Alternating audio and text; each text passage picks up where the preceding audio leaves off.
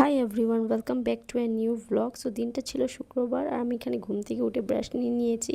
Brush করার পর আমি চা বিস্কিট কেক খেয়ে নিয়েছি। আর এখানে আমি একটু আমার হাজব্যান্ডের ভিডিও করছিলাম, ও আমাকে ভিডিও করতেই দিচ্ছিল না। আর তারপরে আমি চা খেয়ে স্নান সেরে পুজো দিয়ে দিয়েছি। তারপরে আজকে মা ব্রেকফাস্টের মধ্যে বানিয়েছিল ভাত ভাজা, যেটা আমার খেতে খুব বেশি ভালো লাগে মায়ের হাতের। আর জানো, ভাত ভাজাটা অনেক দিন পর খেয়েছি, খেতে খুব বেশি ভালো লেগেছে। তারপরে মা এখানে কাপড় এনে রেখেছিল আর আমি মাকে বললাম তুমি ছাড়ো, আমি ভাঁজ করে দেব। তারপরে আমি ভাঁজ করে নিয়েছি। আর আমার না গুছিয়ে রাখতে খুব বেশি ভালো লাগে।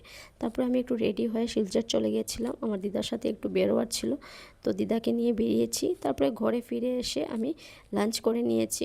লাঞ্চ করে আমি একটু শুয়ে পড়েছিলাম। তারপরে ঘুম থেকে উঠে দেখি এখানে পাপা আর ছেলে মিলে খেলছে।